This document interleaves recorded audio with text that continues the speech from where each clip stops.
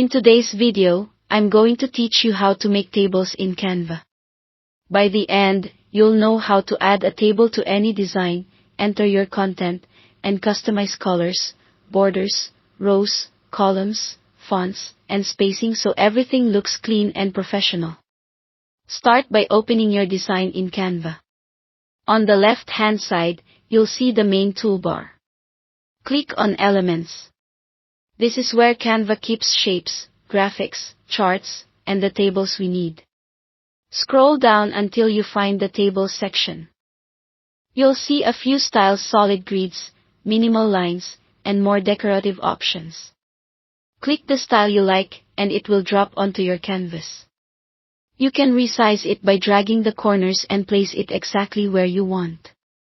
If you're designing for a presentation or a social post, try leaving a bit of breathing room around the table so it reads clearly.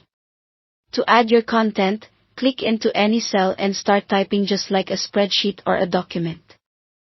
You can move around with your arrow keys or the tab key to speed things up.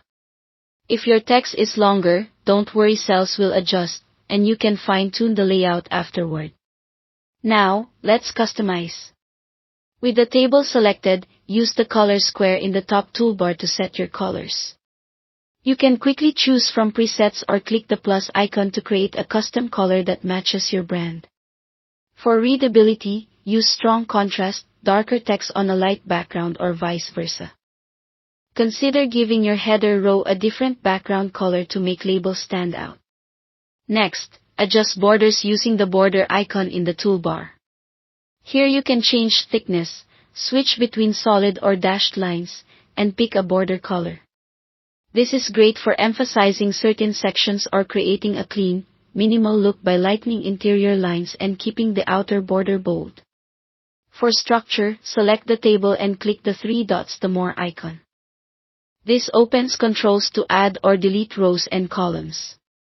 You can also choose to size them equally for a neat, grid-like layout, or fit them to content when cell lengths vary.